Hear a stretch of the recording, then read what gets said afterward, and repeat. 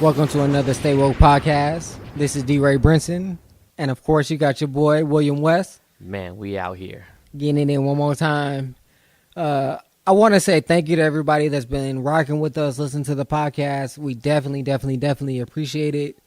You know, we've been working hard at this, trying to bring you the best quality podcast that we can.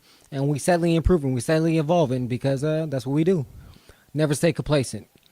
So today we got a couple of artists that we want to talk about, but we're gonna start off by talking about Joel Ortiz. Ooh, nice choice. You know what I'm saying? I've been rocking with Joel for a minute. Like I'll say this though. Let me preface that by saying I never really rocked with his solo albums. Not that I didn't like it. It's just that I was never like aware as I should have been. And I take blame, I take credit, I take responsibility for that, because if I say I'm a hip hop head like I say I am, I got to be responsible for finding out when people are dropping stuff, things of that nature.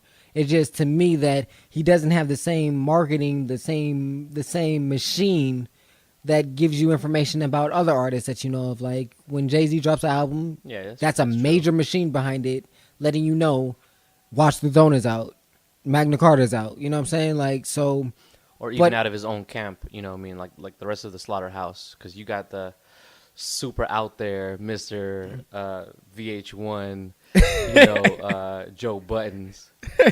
definitely Joe. Royce the 5'9". Royce the 5'9". Hey, on some real shit though, like I fucks with Royce. Fucks with Royce hard. Like that brother got, ever since he was been messing bars. with Eminem, exactly, and the old D12 stuff. Yeah, rest in peace, Proof. Definitely. And then can't forget about Crooked Eye from the West Coast. That's right. Crooked Eye. But you're right. Like, he doesn't promote himself, but when it's time for a project, he's out there doing the footwork for the project, and that's how I find out. Yeah. I'm a huge Joel Ortiz fan. I mean, man, like he puts goosebumps. Just like Big Pun used to put goosebumps on my arms when I heard a verse, Joel Ortiz is that dude. I got you. Yeah, represent for the Puerto Ricans. I mean, like I said, like for me, I never messed with his solo albums. I heard the agent or Free Agent, but I'm most familiar with his Slaughterhouse stuff, just because to me, Slaughterhouse, they all had potential, they all had skills, they all had bars. The only thing that I felt like, for me, they had the problem that they had for me was the fact that they all had so many bars. You can't bombard a track with bars like that. Like, you have to have dynamics. You have to have parts where you pick and choose the levels to create dynamic. And I feel like it was always at a like just bar like level, cause they all spit like it's like overkill. You had no chance to really say, okay, let me internalize and digest that line, because you were hit with another line. It was like, shit, like give me a second, like give me a minute to breathe. Right now, there's no other group as potent when it comes to bars and just lyrical skill as Slaughterhouse. If you kind of think about it, right now, that's real. Putting all the OGs to rest, but right now as that's a super group. Yeah, it's like the Warriors. That's cheating. It's like the Warriors now with Kevin Durant. Yeah, 2016 is gonna be a problem. Like 2017 is gonna be a problem. You know what I'm saying? Like, that's a super team. Like, so it's like hard to for me it was hard to digest all that, but I always understood everybody on that team had bars, and Joel did not disappoint.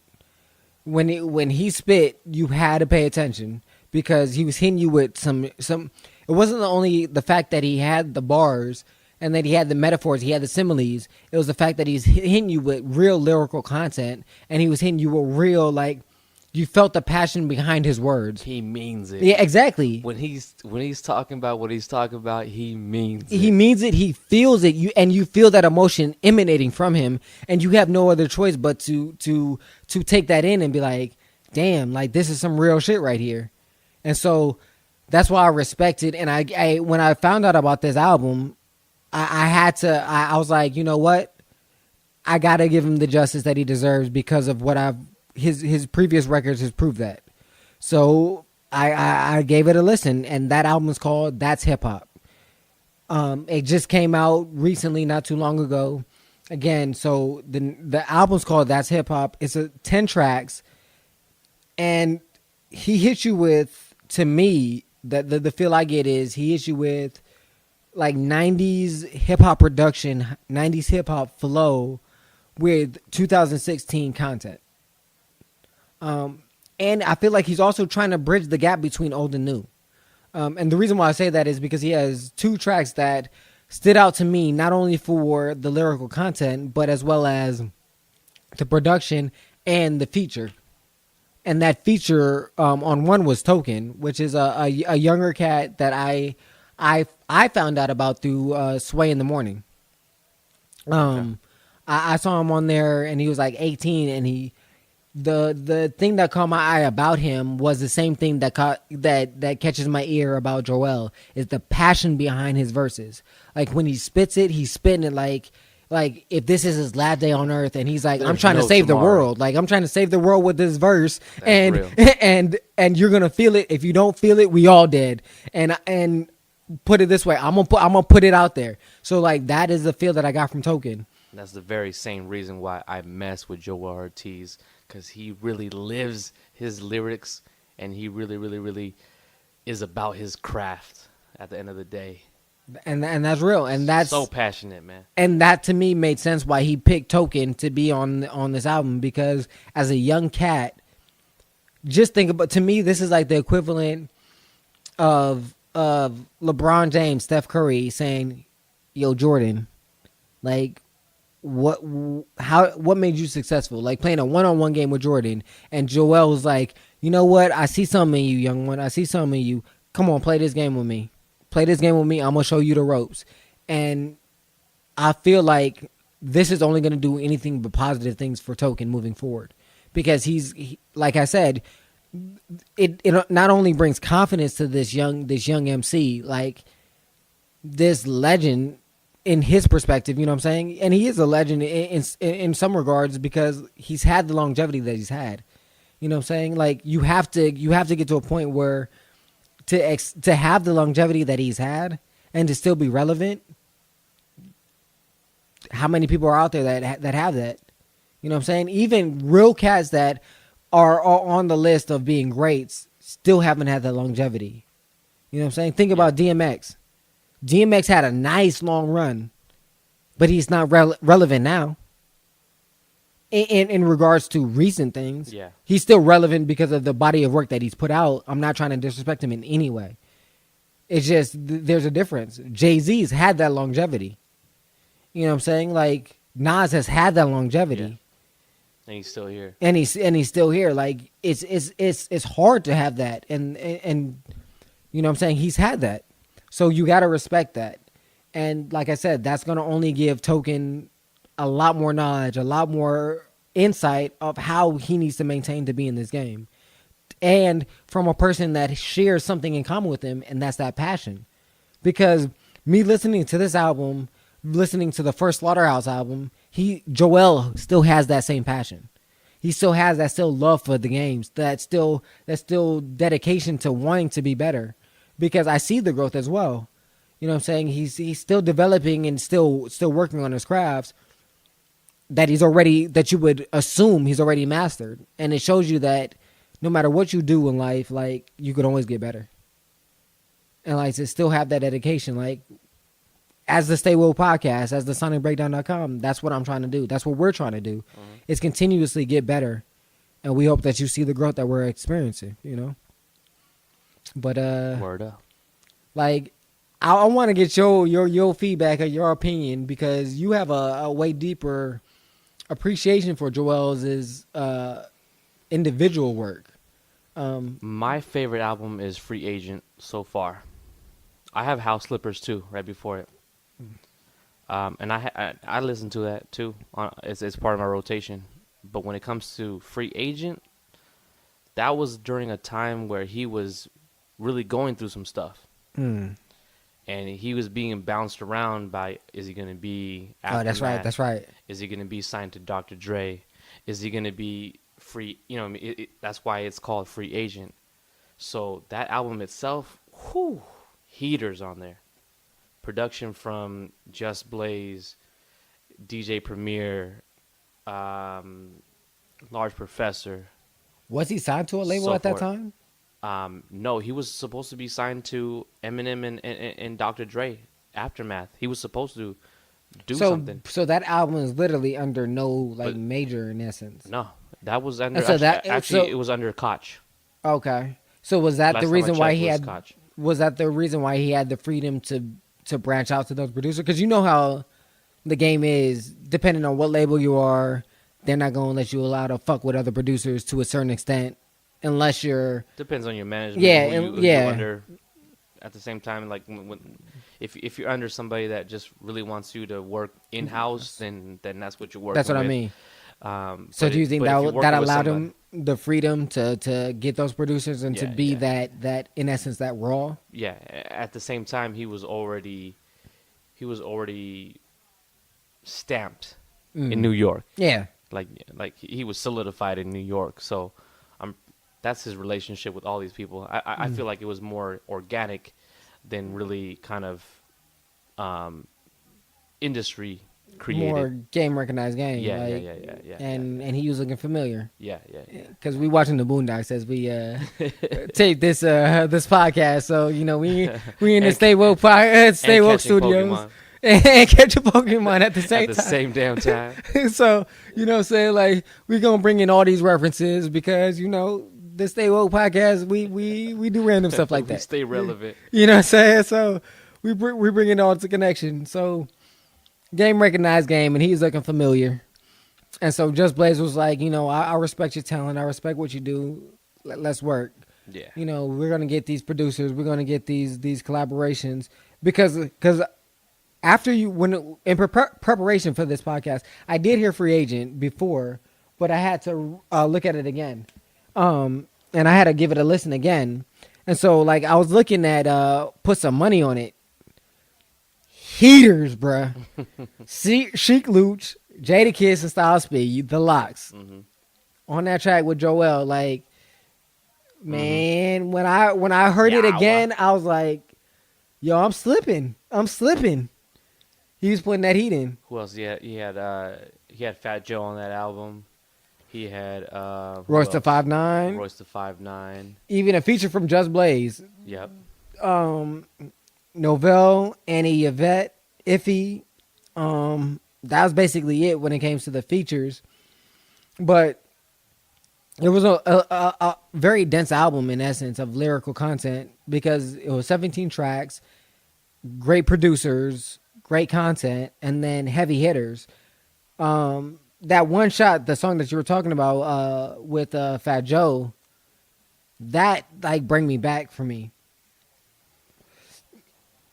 That kind of fills in to me when I heard that, and I heard that collaboration, when I saw that collaboration, when I listened to that collaboration, it kind of brought me back to the days where Fat Joe was doing his thing with everybody, DITC, and also Big Pun. It's kind of like he needed that counterpart lyrically, and that track definitely brings it, man, for sure. Yeah.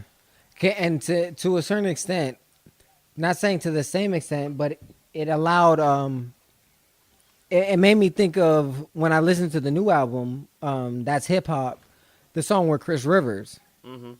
Like that same kind of feel of that balance of except it's kind of like reverse. Like in Free Agent, I feel like Chris Rivers is Joel and Fat Joe is Joel. You know what I'm saying? Yeah. Like the way that they kind of balance off each other.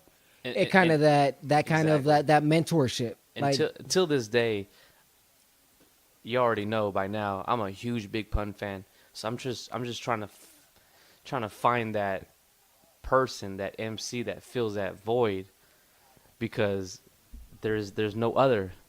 I mean, there's terminology, and there's Joel Ortiz.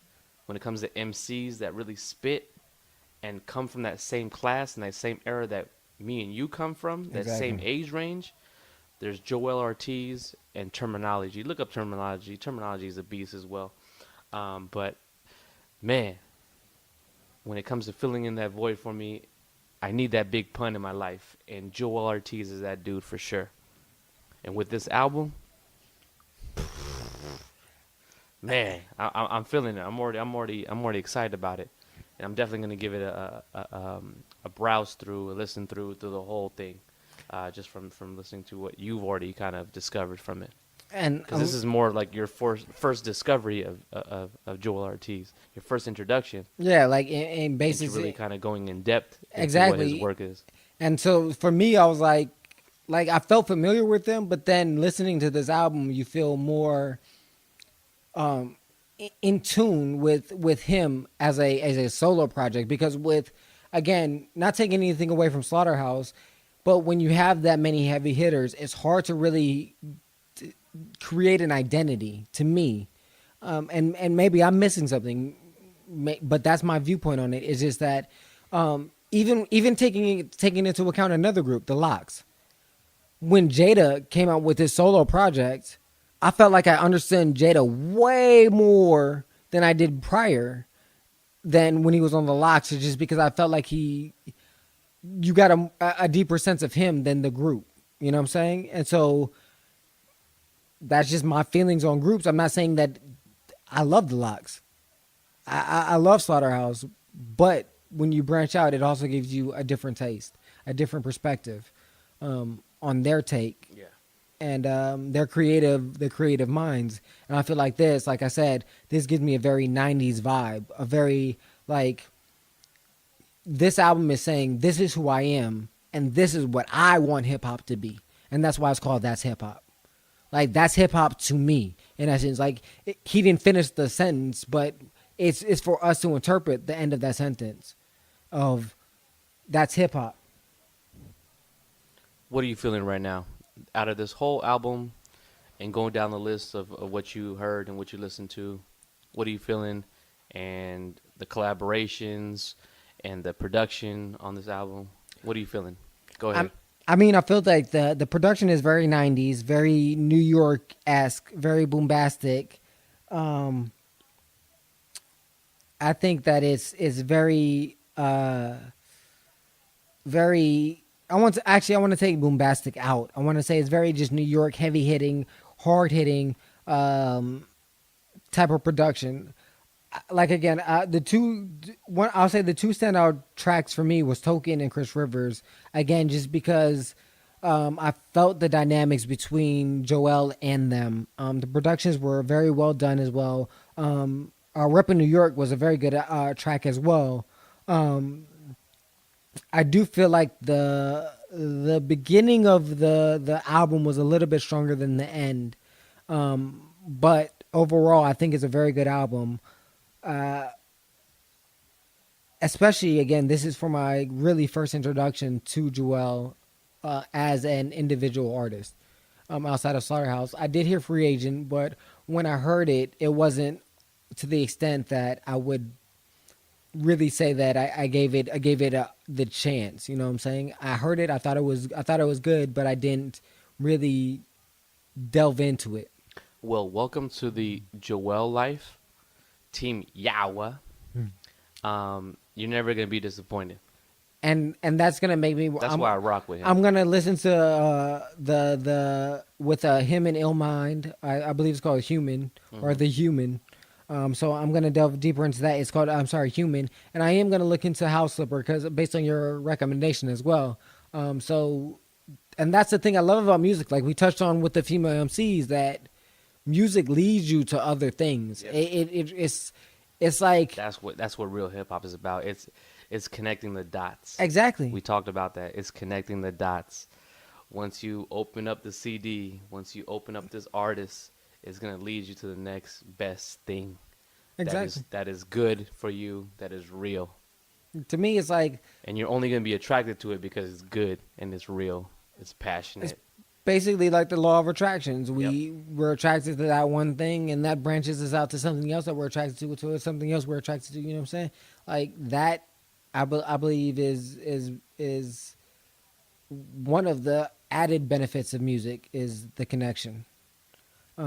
So again, I advise everybody to check out the album, give it a shot, then definitely check out his discography.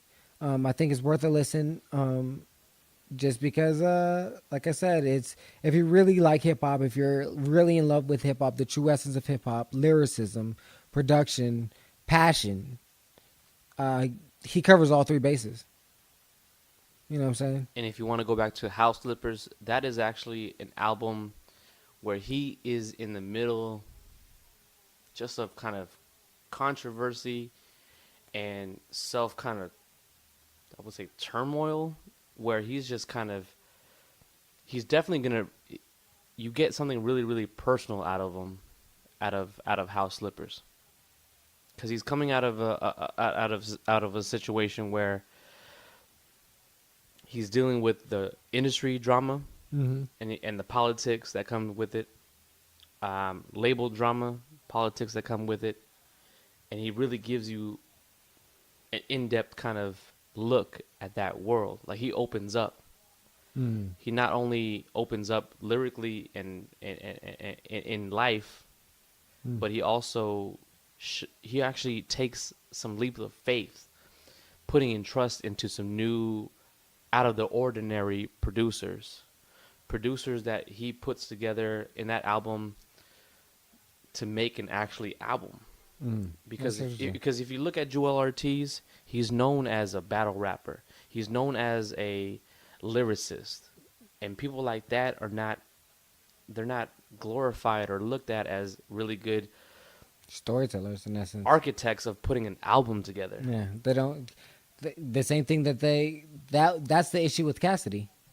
Exactly. I'm a big Cassidy Because fan. the Cassidy can spit, but when it comes to structuring albums, he Jin falls the short. MC. We can go back in the days. Yeah, Jin the it's- MC. Yeah, Uh, yeah, exactly. All of them. That's the issue is there's a different process in when it comes to creating an album. And in that album, House Slippers is really where he, really shows people that, you know what, I'm tired of being put in a box. Mm. I'm tired of this and that.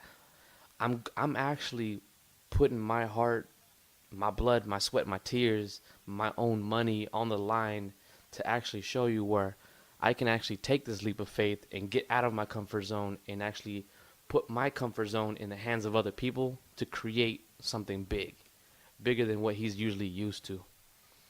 And that's what that album is all about. So definitely check that out, man. It's beautiful. You got the time on this? Not at all.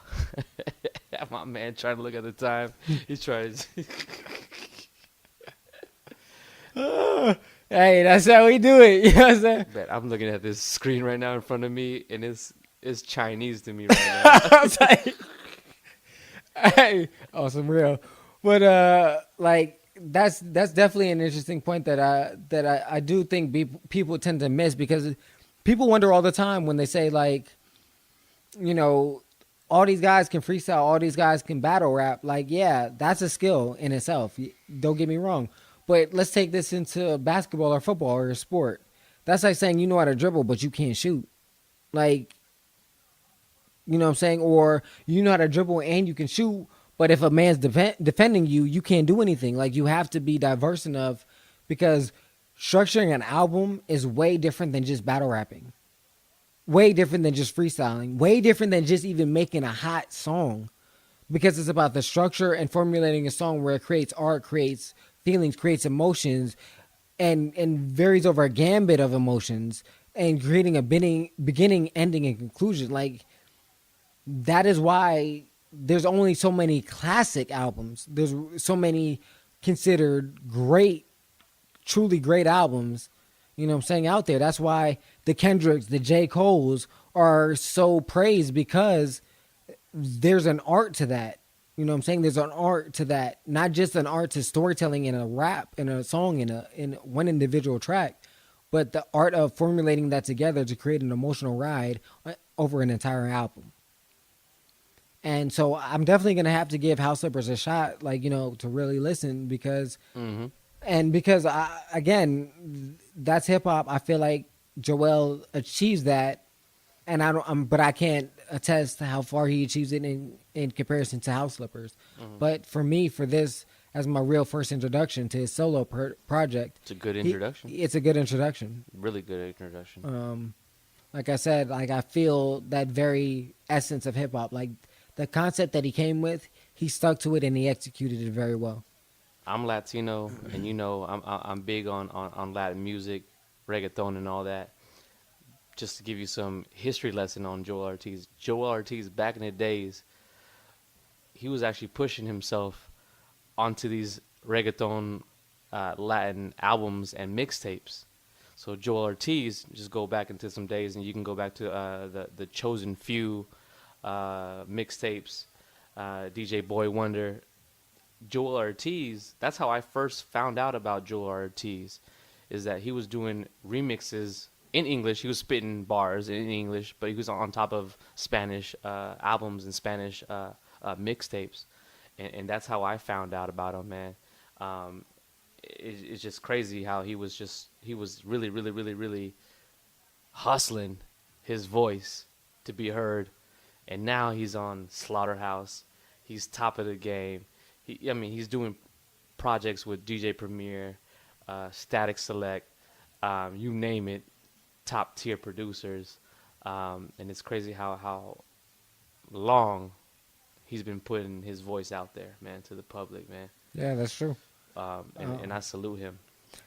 One thing I do want to bring up is because there was some controversy with Joe Ortiz, and that in regards to the song that he released in 2011 called "Big Pun Back."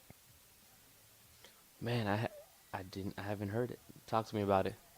Um, You basically, putting me onto something. but basically is that he received some criticism from Big Pun's wife, or well, yeah, well, wife, because he is deceased. So rest in peace, Big Pun. A real Widow. true lyricist, widow in the she is a widow, but a true lyricist in the game that anybody that knows hip hop won't deny his lyrical ability. At least for my that's my belief. Like he has, a short catalog due to his death, but the catalog that he put out is raw. Um, there's no denying it. No denying it. No. Like, but so she had some criticism regarding the song, as well as Cuban Links and Tony Sunshine. They had a problem with it, saying like that it was disrespectful, in essence. Um, from my experience and my again, I don't know Joel. Like I don't know him based only through the music that I heard, and I don't even really read, tabloids and stuff like that. So my feelings and everything, every indication of Joel Ortiz was always respectful to Big Pun. Always respectful. Always very deferent to Big Pun in any regard, in every regard. Always paying homage. So Yeah. to me, I took the song as paying homage to saying that I have his back. Like regardless of what happens, at the end of the day, I'm there for him because he was that dude for me. You know what I'm saying? Like that kind of that's how I interpret the song. That's how I internalize it. That's how I digested it. I don't understand how you could take what the song I heard and put it into like he's trying to disrespect Big Pun. But again, everybody reads differently. Overall, it's a touchy subject. Exactly. Man. It's a touchy subject. Me being a big Pun fan, a lot of people that claim to be the next Big Pun most likely get shut down. New York, New York, the Bronx, Latinos, Puerto Ricans, they don't play that, man. Like they understand. They play by the rules of let the legends be. Don't touch that. Yeah. Do you respect the legends? Do you respect the dead? Do you? And it's just a tough it's just a tough thing to deal with when it comes to that subject, man. That's why I have a hard time kind of accepting who says, or even me choosing who's the next pun. But at the end of the day, there is no next pun. Yeah. There's his son, but even his son wants to be his own person. So I just, you know what I mean? You just gotta let the dead be the dead and respect the dead, and all peace be to it, man. I mean, that's how I feel about Pac. When people say Kendrick's the next Pac, I'm like, let's Kendrick is good. Kendrick is good. Kendrick has his own spot, but let's not.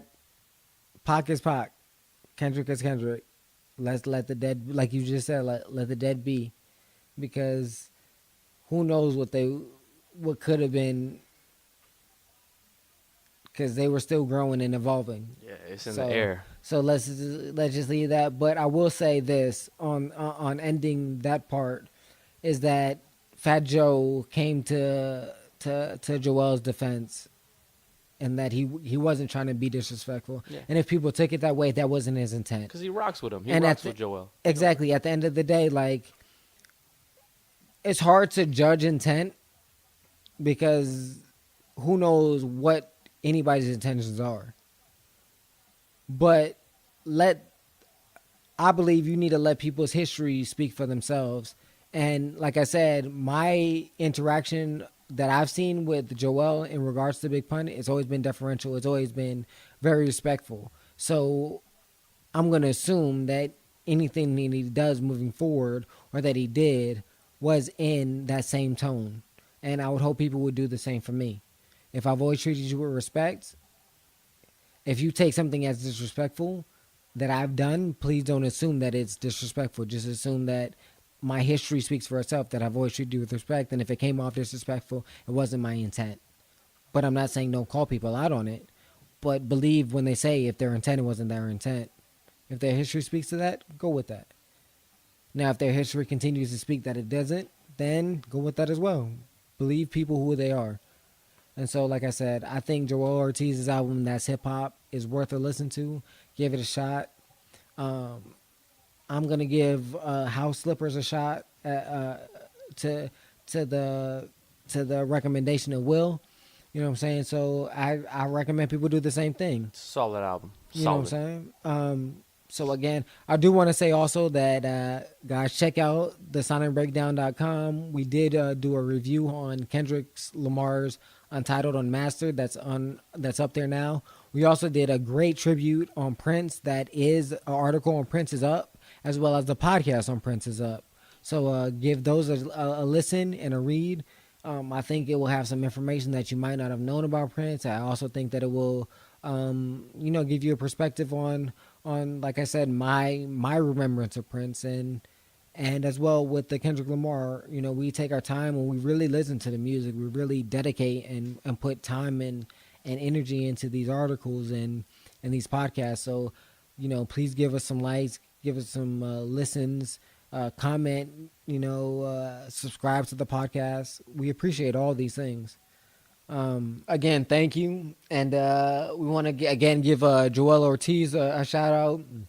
Check out his album, That's Hip Hop. Check out his album, House Slippers. Check out his album, Free Agent. Give his discography a listen. So again, this is a Stay Woke podcast. This is D. Ray Brinson and William West. Holla.